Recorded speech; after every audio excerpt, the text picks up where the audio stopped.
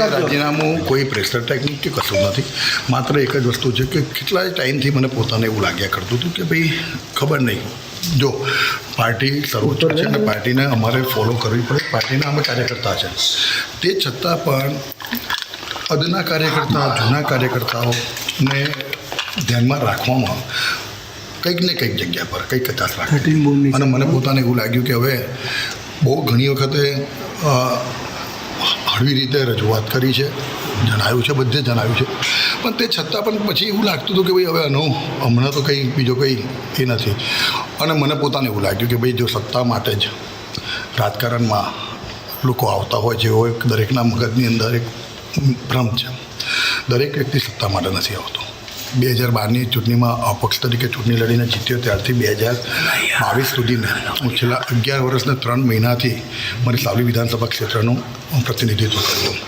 ભારતીય જનતા પાર્ટીનો જ્યારથી હું રાજકારણની અંદર સક્રિય થયો ત્યારથી એક પણ ચૂંટણી મેં ભારતીય જનતા પાર્ટીના સિમ્બોલ સિવાય અને અપક્ષ કદાચ પાર્ટીનો સિમ્બોલ હશે તો ભારતીય જનતા પાર્ટીનો હશે, કાં તો મેં મારી પબ્લિકનો મેન્ડેટ લીધો હશે, એનાથી વિશેષ કશું નથી કર્યું. પણ આજે મારો રાજીનામાની વાત છે એ માત્ર ને માત્ર મેં વચ્ચે પણ 2020માં કહ્યું હતું કે માન સન્માન, આત્મસન્માનથી મોટું કોઈ વસ્તુ નથી. અને એને કારણે જ, અને આ એક કેતન ઇનામદારનો અવાજ નથી, આ અવાજ ભારતીય જનતા પાર્ટીના પ્રત્યેક કાર્યકર્તાઓનો જ છે. ભલે કેતન નિમિત્ત બન્યો છે, પણ હું તો આજે 2 હાથ જોડીને કહું છું કે જૂના કાર્યકર્તાઓની અવગણના ના થાય.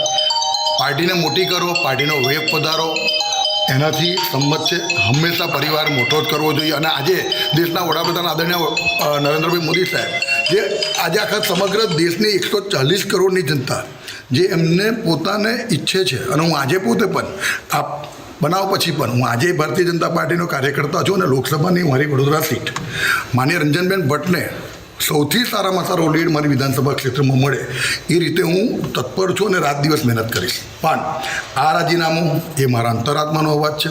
અંતરાત્માના અવાજમાં માત્ર એક જ છે કે જાહેર જીવનની અંદર જ્યારથી આવ્યા છે ત્યારથી હંમેશા લોકોને માન સન્માન આપ્યું છે. આખી જિંદગી જીવીશું ત્યાં સુધી માન સન્માન આપીને એમના પ્રાણ પ્રશ્નને વાચા આપીશું.